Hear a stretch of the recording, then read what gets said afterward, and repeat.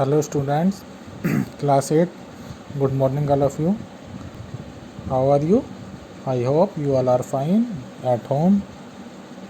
Today we will study chapter number 1, history subject. Chapter name is Importance of Dates in History. History में dates की importance, महत्वता, उनकी क्या ज़रूरत है और क्या उनकी महत्वपूर्ण तथ्य हैं जो डेट के साथ हमको याद रखने चाहिए. Certain historical events need to be seen in the context of date. Some events do not happen on a particular date but take a very long period to materialize. For example, the freedom of India took many years of mass struggle to turn into a reality. Such events are studied in the context of various other events. वो कह रहे हैं कि इतिहास में कुछ events, कुछ तथ्य ऐसे होते हैं जो डेट के साथ याद रखे जाते हैं. कुछ इवेंट एक पर्टिकुलर डेट से रिलेटेड होते हैं और कुछ एक पीरियड से, कि एक समय से रिलेटेड होते हैं. जैसे अगर हम भारत के फ्रीडम, जो स्वतंत्रता संग्राम था, उसके बारे में बात करें तो वो एक पर्टिकुलर डेट से नहीं जुड़ा हुआ, वो एक पीरियड तक चला था. 1857 में शुरू हुआ था, 1947 में आज़ादी मिली थी. लगभग 90 सालों तक वो जो इवेंट था वो चला था. A major part of history is about king and ruler, ascension of ruler to the throne, important battle fought by him, succession of power are some of these events which can be expressed with reference to time. Date are important for correlating such events. वो कह रहा है कि history का एक बहुत बड़ा part ऐसा है जिसमें राजा आए और उसके बाद फिर वो बदलते गए. राजा के बाद दूसरा राजा आया, उनके बीच में बहुत सारी लड़ाइयाँ हुई, बहुत सारे पावर के जो पावर थी वो चेंज हुई. पहले कोई और राजा था, फिर कोई और राजा बना. तो ये सारे जो राजा बनने और उनकी जो बीच में लड़ाइयाँ लड़ी गई, वो सारी की सारी हिस्ट्री के जो इवेंट्स हैं वो हमको डेट के साथ कोरिलेट करने पड़ेंगे. उसके साथ करेंगे तभी हमको वो याद होंगे. Many changes occurred in our day-to-day life. Date and time define these changes. The period of time witnessed many changes in Indian history. History is the study of these changes occurred over time. वो कह रहा है कि हमारी life में day to day बहुत सारी चीज़ें चेंज होती हैं और जो टाइम है, समय है, वो इसका गवाह रहता है कि इंडियन हिस्ट्री में कैसे कैसे क्या क्या चेंज आए. History is the study of this changes occurred over time. History में हम क्या पढ़ते हैं, चेंजेस जो आए हैं एक पीरियड में, एक समय में क्या क्या चेंजेस आए हैं समाज में, चाहे वो इकोनॉमिक लेवल पे हो, चाहे सोशल लेवल पे हो, चाहे वो कल्चरल लेवल पे हो. The time is compare to be past और प्रेजेंट और then and now. Date in history are like to the skeleton system without which the body would be shapeless. वो कह रहा है कि जो टाइम है उसको हम भूतकाल और वर्तमान में कंपेयर कर सकते हैं या तब और अब में कंपेयर कर सकते हैं. जो हिस्ट्री में जो डेट की महत्वता है वो इस तरह से है जैसे हमारी बॉडी में हमारा हड्डियों का ढांचा, स्केलेटन सिस्टम, क्योंकि हड्डियों का ढांचा हमारी बॉडी को क्या देता है, शेप. इसी तरह जो हिस्ट्री में जो डेट्स होती हैं वो हिस्टोरिकल जो फैक्ट्स होते हैं उनको एक मीनिंग अगर हम उसको डेट के साथ याद नहीं करेंगे तो वो मीनिंगलेस हो जाएगा. मीनिंगलेस का मतलब उसका कोई मतलब नहीं रह जाएगा. जो तथ्य जैसे जैसे हुए हैं, जैसे जैसे घटनाएं हुई हैं, उनको अगर हम कैसे डेट से याद रखेंगे तो वो आसानी से याद रहेंगे और समझ में भी अच्छी तरह आएंगी. तो वो उसको एक डेट जो होती हैं, वो जो ऐतिहासिक तथ्य होती हैं, ऐतिहासिक घटनाएं होती हैं, उनको एक शेप देते हैं. Some date and event in history act as a landmark because of their long-term impact. For instance, the year 1526 is a landmark in Indian history because this is when the first battle of Panipat was fought. वो कह रहा है कि कुछ तारीखें और कुछ घटनाएं भारतीय इतिहास में एक इम्पैक्ट छोड़ गई. कुछ घटनाएं ऐसी थी जो एक लैंडमार्क बन के रह गई, उनका बहुत इम्पैक्ट हुआ हमारे भारतीय समाज पे. जैसे 1526 में 1526 में पानीपत की लड़ाई लड़ी गई थी अब्राहम लोदी में, और जो मुग़ल एम्पायर जिन्होंने शुरू करा था उसमें. उसके बाद से दिल्ली सल्तनत क्या हो गया था, ख़त्म हो गया था और मुग़ल एम्पायर क्या हुआ था, शुरू हुआ था. तो 1556 में जो पानीपत की लड़ाई हुई थी वहाँ से हमारा मुग़ल एम्पायर शुरू हुआ था. तो ये एक बहुत महत्वपूर्ण घटना है जो डेट के साथ याद रखी जानी चाहिए. The importance of date depend on the aspect on the which history study. वो कह रहा है कि डेट की महत्वता तब है जब हमको ये पता हो हम क्या हिस्ट्री में पढ़ रहे हैं। Political history deals with rules administration wars etcetera. Political history में हम क्या पढ़ते हैं कि किसने कब राज्य करा, उनके बीच में कौन सी लड़ाई हुई, कैसा उनका राजकाज चलाने का तरीका था। सोशल हिस्ट्री अलग है, इकोनॉमिक हिस्ट्री अलग है, कल्चरल हिस्ट्री अलग है, रिलीजियस हिस्ट्री अलग है। ये सारे के सारे इनमें हम डेवलपमेंट्स पढ़ते हैं कि कैसे सोशल हिस्ट्री में हम पढ़ते हैं कैसे सामाजिक तौर पे बदलाव आया। इकोनॉमिक में पढ़ते हैं कि कैसे जो संपन्नता थी उस राज्य की वो कैसे बढ़ी। कल्चरल में हम उसका कल्चर पढ़ते हैं कैसे बदलाव आया कल्चर में। और रिलीजियस में उस समय कैसी धार्मिक स्वतंत्रता थी अपना अपना रिलीजन मानने की। Some date record event in the life of ruler including birth occasion wars administrative action and death. तो कुछ डेट के साथ हम जो पढ़ते हैं हिस्ट्री में वो पढ़ते हैं कि कब किसका जन्म हुआ था, कब लड़ाई लड़ी गई थी और कब वो राजा बने थे और कैसा उनका एडमिनिस्ट्रेशन था और कब उनकी डेथ हुई थी। तो ये सारे के सारे डेट के साथ हम जो इतिहास में ये सारी घटनाएं हम डेट के साथ पढ़ते हैं।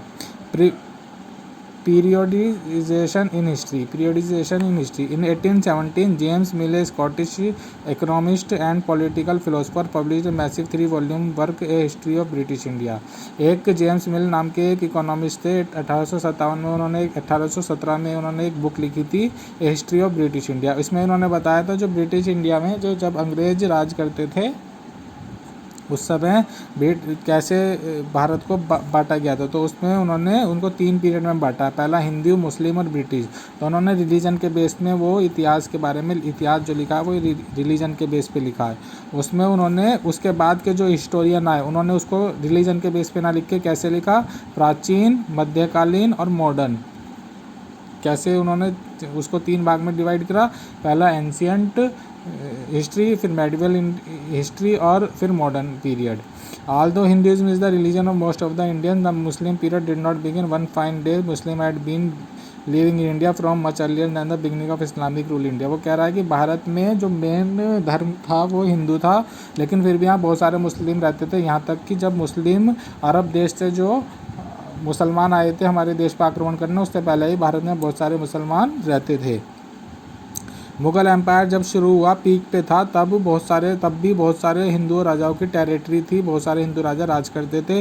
More over the British projected the so called Hindu and Muslim period as the dark age. लेकिन जो ब्रिटिश ने उस समय उसको कैसे पेश किया कि वो डार्क एजेस यानी कि वो काला अध्याय है भारतीय इतिहास का।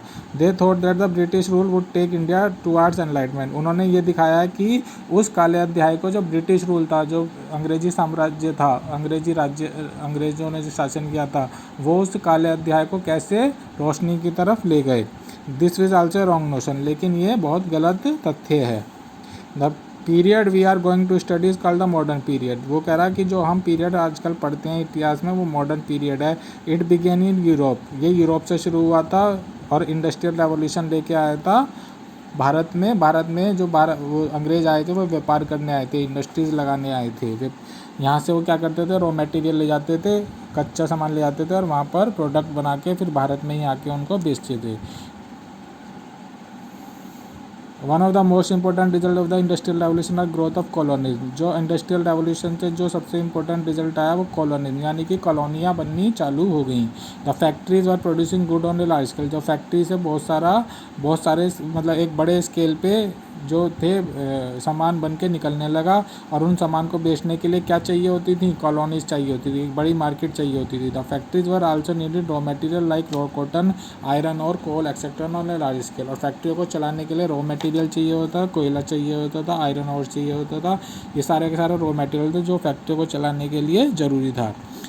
This promotion Britain and other European country to search overseas for the colony as a market for the finish good and as a source of raw material. और यही ढूंढने के लिए जो अंग्रेज़ थे वो भारत आए थे। यहाँ से उन्हें कच्चा सामान मिला और सामान बनने के बाद, फैक्ट्री में बनने के बाद उसे बेचने के लिए भारत में मार्केट्स भी मिल गई। क्या करते थे, यहाँ से कच्चा सामान ले जाते थे, सामान बना के फैक्ट्रियों में और फिर यहाँ पर आके उसको महंगे दामों में बेचते थे। तो अंग्रेज़ यहाँ पर व्यापार करने आते तो उन्होंने यहाँ पर इंडस्ट्रीज लगाई और कॉलोनी सिस्टम स्टार्ट किया। Sources of history of the modern period, modern period में जो हम इतिहास पढ़ते हैं उनके हमारे पास सोर्सेज क्या क्या हैं। तो दो तरह के सोर्सेज होते हैं, पहला है प्राइमरी सोर्सेज, दूसरा है सेकेंडरी सोर्सेज। तो प्राइमरी सोर्सेज में क्या है, प्राइमरी सोर्सेज वो होते हैं जो प्राथमिक सोर्सेज होते हैं, जैसे उस समय के गवर्नमेंट रिकॉर्ड्स हो गए, लिटरली एंड आर्टिस्टिक जो उस समय के आर्टिस्ट होते थे उनके एविडेंस हो गए, जो उन्होंने फाइल्स बनाई थी, बुक्स लिखी थी, पेंटिंग बनाई थी, आर्कियोलॉजिकल रिमेन जो बचे हुए हैं, मॉन्यूमेंट, ये जो आपके लाल किला और ताजमहल और इनसे जो हमें इतिहास पता चलता है। आर्टिक्राफ्ट सेकेंडरी सोर्सेज में आर्टिकल्स हो गए, जो आजकल आर्टिकल लिखे जाते हैं, रिपोर्ट्स हो गई, बुक्स हो गई और रिव्यू हो गई, ये हमारे सेकेंडरी सोर्सेज हैं। These literary and documented sources of modern period distinguish it from the earlier period, which depend on the sources like archaeological excavation, fossil remain, cave painting, pottery, coinage, biography of ruler and traveler etc. इसके अलावा जो बाकी के documented का मतलब जो लिखे हुए सोर्सेज हैं मॉडर्न पीरियड में उस समय के, जो हमें बताते हैं वो सोर्सेज कौन से हैं, जैसे आर्कियोलॉजिकल एग्जामिनेशन, जो आर्कियोलॉजिकल एक सर्वे होता है जिसमें ज़मीन के नीचे से चीज़ें जो निकलती है उनके बारे में स्टडी किया जाता है। फॉसिल रिमेन जो अवशेष बच जाते हैं उनके बारे में स्टडी करना। केव पेंटिंग जो गुफाओं में पेंटिंग होती है उनसे पता लगाना। पोट्री उस समय के जो बर्तन होते थे। कॉइनेज उस समय के कॉइन मिलते थे।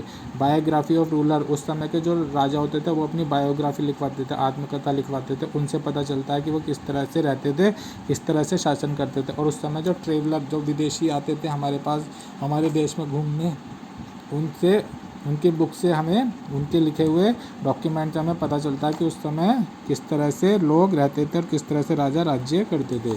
Written sources are available not only in Hindi and English but also in regional. ये जितने भी सोर्सेज हैं ये केवल हिंदी और इंग्लिश में नहीं लिखे हुए बल्कि रीजनल लैंग्वेज जो क्षेत्रीय भाषाएं होती थी जैसे तमिल हो गई, तेलुगु हो गई, उस समय उन भाषाओं में भी मिलते हैं। These sources eliminate administrative, political, constitutional, social, economic, cultural and religious aspect of Indian history from the early days of the British settlement in India then till they left in 1947। और इस इन सब किताबों में इन सब सोर्सेज से हमें उस समय के एडमिनिस्ट्रेटिव यानी कि राजकाज कैसे चलता था, पॉलिटिक्स कैसे होती थी, कॉन्स्टिट्यूशनल उस समय कानून कैसा था, सोशल सामाजिक तौर पे कैसे रहते थे, इकोनॉमिक यानी कि लोगों की इकोनॉमिक जो कंडीशन थी वो कैसी थी, कल्चरल उस समय कैसा हमारा कल्चर था और उस समय कैसा हमारा धर्म के बारे में लोग एक दूसरे का आदर करते थे और किस तरह से एक साथ रहते थे। तब तक है जब तक भारत आज़ाद नहीं हुआ था। ब्रिटिश आए थे तब से और तब तक जब तक भारत आज़ाद नहीं हुआ था 1947 तक। The archival record of government of British and India are available in the National Archives of India at New Delhi। जो ये आर्किवल रिकॉर्ड है गवर्नमेंट ऑफ ब्रिटिश जो ब्रिटिश गवर्नमेंट का था और इंडिया का था, वो इस समय इंडिया में न्यू दिल्ली में एक नेशनल आर्किव सेंटर बना हुआ है, वहाँ पर है। बहुत सारे ट्रेवलर जो व्यापारी आए थे, ट्रेडर व्यापारी आए थे और जो यहाँ पर घूमने आए थे, मिशनरीज आई थी जो धर्म का प्रचार करती हैं, सिविल सर्वेंट्स आए थे जो इंडिया आए थे 18 और 19 सेंचुरी में, उनके द्वारा लिखी हुई वो सारी की सारी चीज़ें आर्किवल नेशनल आर्काइव्स ऑफ इंडिया में न्यू दिल्ली में रखी हुई हैं। उस समय एडमिनिस्ट्रेटिव रिकॉर्ड भी रखे हुए हैं। Official record of British administration serve as the importance और history of the period. The British rule believe that the every instruction, plan, policy, decision, agreement, investigation should be clearly written up. उस समय British administration ने किस तरह से वह हमारे पे राज किया था, कैसे क्या इंस्ट्रक्शन दिए थे, क्या उनका प्लान था, क्या पॉलिसी थी, क्या डिसीजन उन्होंने लिए थे, वो सारा का सारा हमारे पास लिखा हुआ रखा है।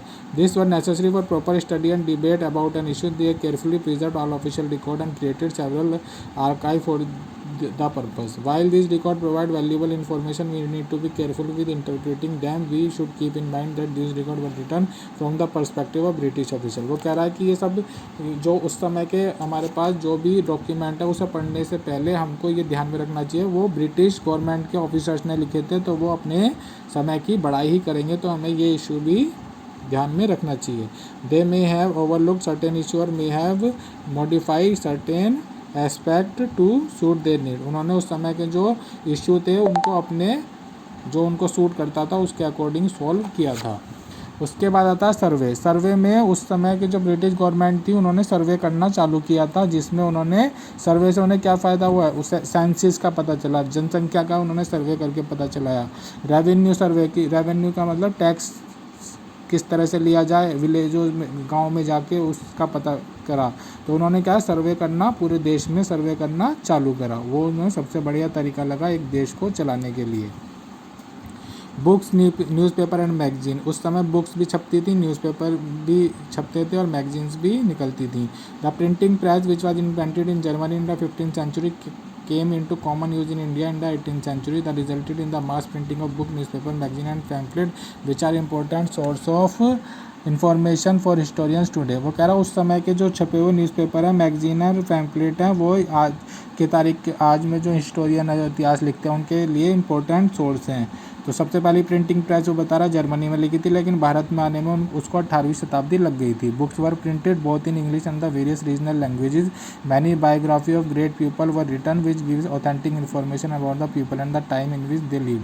वो कह रहा है उस समय की जो किताबें थी वो अंग्रेजी में और रीजनल लैंग्वेजेस, क्षेत्रीय भाषाओं में लिखी हुई थी, और उस समय की जो बायोग्राफी, आत्मकथा थी बहुत सारे लोगों की, वो आज की तारीख में बहुत इंपॉर्टेंट सोर्स है उस समय के इंफॉर्मेशन लेने के लिए, पता करने के लिए।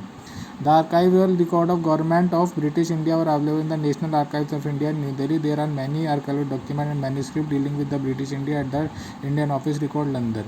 तो ये हम पढ़ चुके हैं कि जो आर्काइवल ऑफिस है राष्ट्रीय आर्काइवल ऑफिस न्यू दिल्ली में, और उस समय के जो आर्काइव्स हैं वो वहाँ पर रखे हुए हैं। The record of the archive are kept in a series dating from 1748 से आर्काइव्स रखे हुए हैं। उसके आगे के आर्काइव्स हमारे पास सारे एक सीरीज़ में रखे हुए हैं। Document in English, Arabic, Persian, Urdu, Sanskrit etcetera are available. These record are on paper.